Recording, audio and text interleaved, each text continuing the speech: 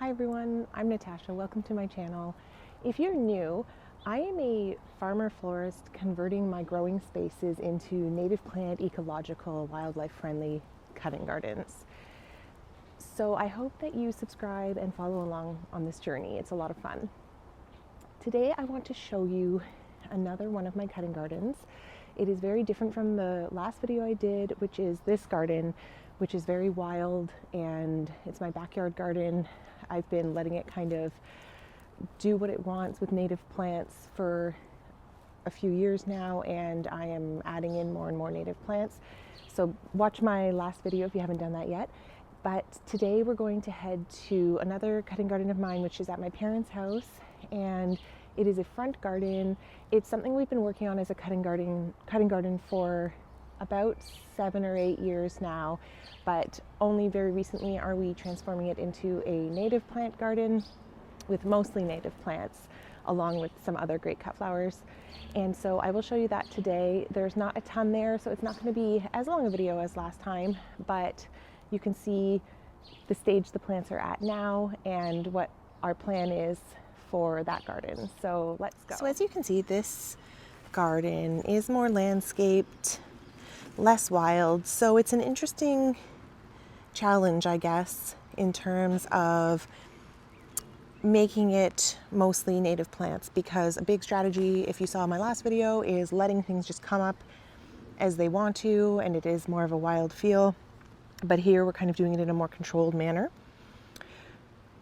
So it'll be interesting to see how it goes. Right now, I will just show you what is in here that is native and just give you an overall look at this cutting garden. We've been working on this cutting garden for about 7 years, and it's a work in progress. The soil here was really bad, so we struggled with trying things and they wouldn't work, and we think we have it at a pretty good place, only for me now to want to change things again to be native plants. But that's all fun and that's all part of gardening, right? So over here, just the little guys, I put in some anise hyssop, which is going to be a really nice cut flower. I just kind of dotted them between the grasses that are over here. Euchera is a plant I use a lot for bud vases. I use the foliage and the flowers actually too, but I am going to show you an alternative that is a native plant because these are not native. I have that in the back, so I'll show you that in a bit. One of the stars of the native part of this garden so far is this big common 9-bark, because we put it in about 7 years ago and didn't do it because it was native. We didn't know, but now that we know it is native, it's just so great because this is my go-to greenery that I like to use in my designs. It's just budding up now, and it gets really cute white flowers that turn red and then turn into a light brown seed pod. So it's an overall excellent plant. It should be a lot bigger for 7 years, but I cut from it all the time, so that has made it kind of maintain this size. Everything else in this garden, this area, is not native. We have some Deutzia, which is actually opening, so it's nice for you to have an actual flower to see. We have our beautiful peonies, which are a nice burgundy, which is very special, and this one not close to opening yet, but that will be the coral one. So those are all in here. We will be replacing this boxwood hedge with some native shrubs, and so I'm testing some out I planted at my place to see how they behave. Bayberry and a fragrant sumac. Those are two that we are trying out, and even an elderberry. May not be evergreen, but could be an interesting replacement for boxwood, because boxwood is just no good. So just to show you some bee balm over here. It isn't the native variety, but at this stage it looks very similar, and I do have a lot of the native variety in other gardens, but we do have some cute little Spanish hyacinths. Again, just to show you something in bloom, even though it's not native. I just don't have a lot of flower visual at this point, so I'll just walk around here. That is Japanese spirea, some astilbe, sedum, non-native columbine, but I am planting native columbine, so I will be able to show you that later. More Deutzia, irises. These ones are a gorgeous white iris, very special. The Deutzia is very pretty as it opens up. We have hellebores, nice double hellebores actually. I'll just show you. And then back to the native stuff. Well, the native discussion, because this is Solomon's seal. And I did want to talk a little bit about this because what I've been discovering, I've gone down a bit of a research rabbit hole. And this variety that you see all the time in gardens, it looks very similar to the native variety. But I think that if you bought it in a garden center, or it looks kind of dense like this, it's forming a bit of a colony, really beefy kind of feel to it, often with more than 2 dangly little flowers, even though that's not a hard and fast rule. That has a bunch, but sometimes the native ones do too. That means it's multiflorum, which is the imported non-native version of Solomon's seal. I don't think many of us have the native version of Solomon's seal in our gardens because I think it's a hard to come across plant. So overall, it looks very similar. It can be hard to differentiate, but from the research I managed to do, I think that if you have something that is densely making a colony and has kind of dense features, lots of flowers, big thick leaves, you probably have multiflorum, which is not native. So I just thought that was really interesting. There's also the false Solomon's seal, which doesn't look like this, and that I do see all the time on hikes, and it has a yellowy plume, and so, but that is called false Solomon's seal. I think there's a few varieties that are related to Solomon's seal, or at least similar enough to be called false. So over here, we are converting this to be less wood mulch, which isn't as good for the soil, and putting in more things like native woolly violet and wild strawberry. Where are you? Native wild strawberry, native anemone virginiana, dotted in here, hoping that'll spread. There's the strawberry. Other than that, not a lot native happening in this area. This you may recognize is Echinacea purpurea, which is purple coneflower and kind of known as an Ontario wildflower, but it actually isn't native to Ontario, which is interesting. The one native Echinacea is called Echinacea pallida, which looks kind of similar but has a different petal that more goes down rather than out. And I will show you that. I'm planting a whole bunch of it. Looks similar at this stage, but it has a bit of a different look to it. And it is the native Ontario Echinacea. Here is a wild raspberry that has volunteered itself here and will form a nice little thicket in this area, which will be nice. Kind of what I was talking about. It'll be like a bit of a controlled wild look. It'll just fill this out with green. Easy to do because it is a really good spreader and is really nice to have because it's native, but the wildness can be controlled a little bit. Here's the other common 9-bark I was talking about earlier at the front. Great for cutting. Nothing over here is native. It's all my cutting stuff, Japanese spirea, smokebush, all my daffodils. So we will add a whole bunch of stuff in there and I will show you that when that happens. Here's the other little patch of non-native Solomon's seal. So just behind here I have a wild cucumber vine. Oh, it looks like it got dug up. I don't think it made it. This is something else. I want to say that is a volunteered nightshade, which is native. Looks like the raspberry made it over here too, so that'll fill out here. So I had planted a wild cucumber vine to cover this fence, but it didn't take, I don't think. But I will show you, I planted another one. So this is the back. And I did plant another wild cucumber vine over here.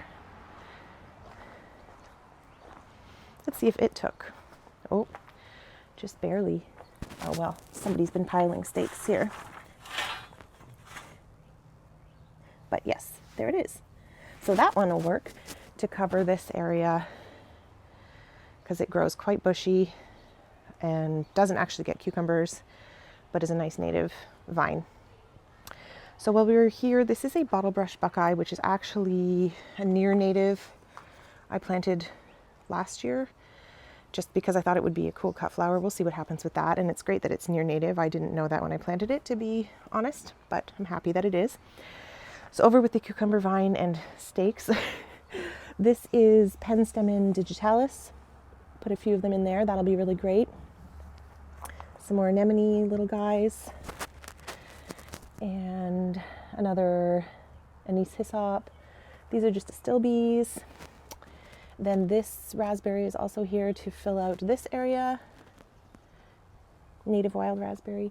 We have a little goldenrod over in this area that has these stakes around it for some reason, and a weird weight that I should have cleared before filming. But I didn't, so they're there. This is non-native allium. I did just buy some wild chives, which are native, and I'm excited to plant those and eat them / use them as a cut flower. But these are great allium for cutting. They're called Mount Everest. But native stuff. This is a native clematis that I am thrilled to have. It grows really well, really easily. It's going to be really great for cutting, using as vining elements in my bigger designs, even in smaller vase arrangements and bouquets. I'm just really thrilled with that. It's going to have little white flowers. It creates smaller little plants really easily. Like down there, I think that's a whole separate plant that has come up since last year. This is just 1 year old. So yeah, there's lots of clematis in gardens, but this is the native one, Clematis virginiana.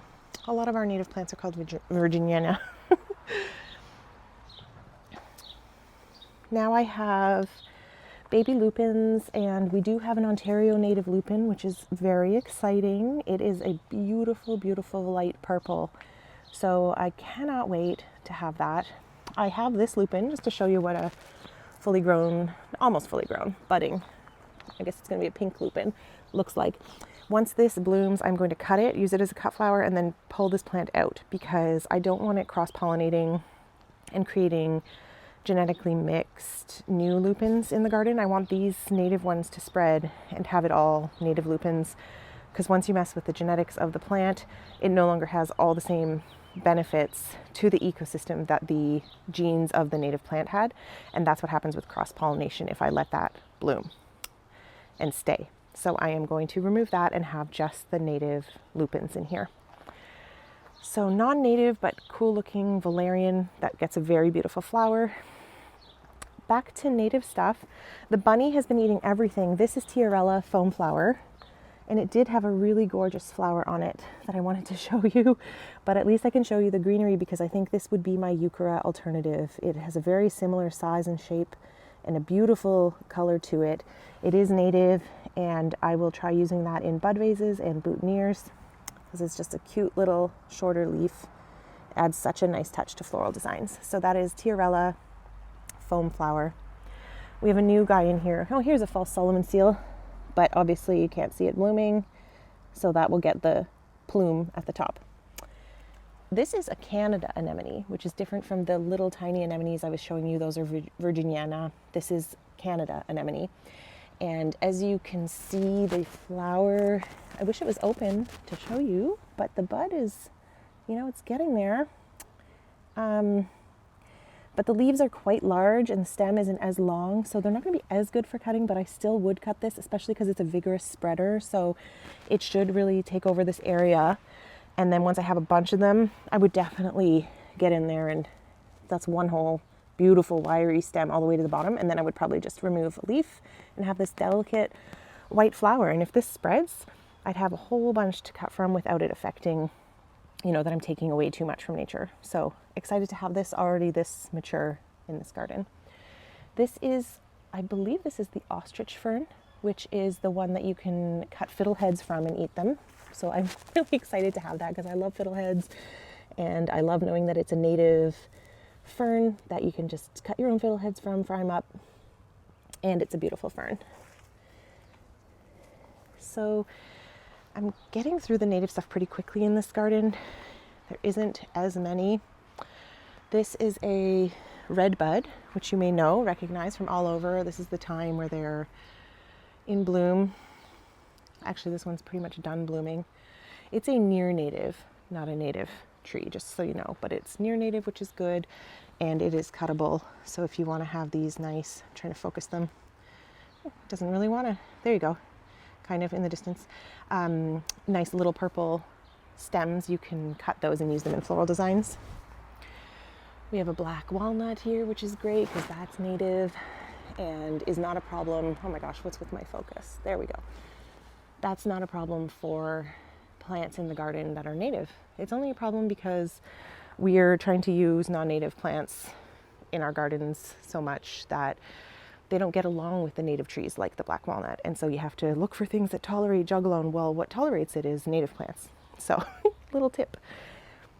This is black-eyed Susan, Rudbeckia hirta. You can see just how much it spreads, and that's all of it in here. And this is with us thinning it out as well. So that's why that's a really great native cut flower, because as I've said before, you want things to be abundant before you cut from them, so that you're leaving enough for nature, which needs it. You're leaving enough for the caterpillars, you're leaving enough for the pollinators, for the birds, for everything that wants to enjoy and take advantage of the flowers.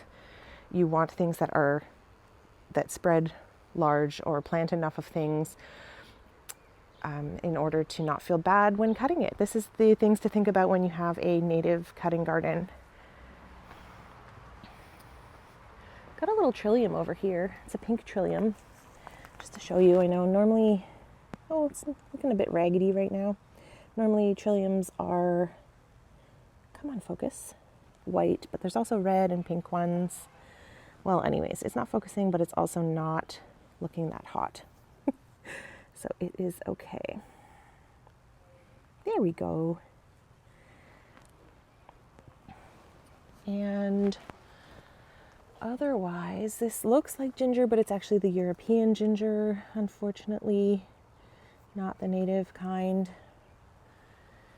And I think that is everything in terms of native plants in this garden.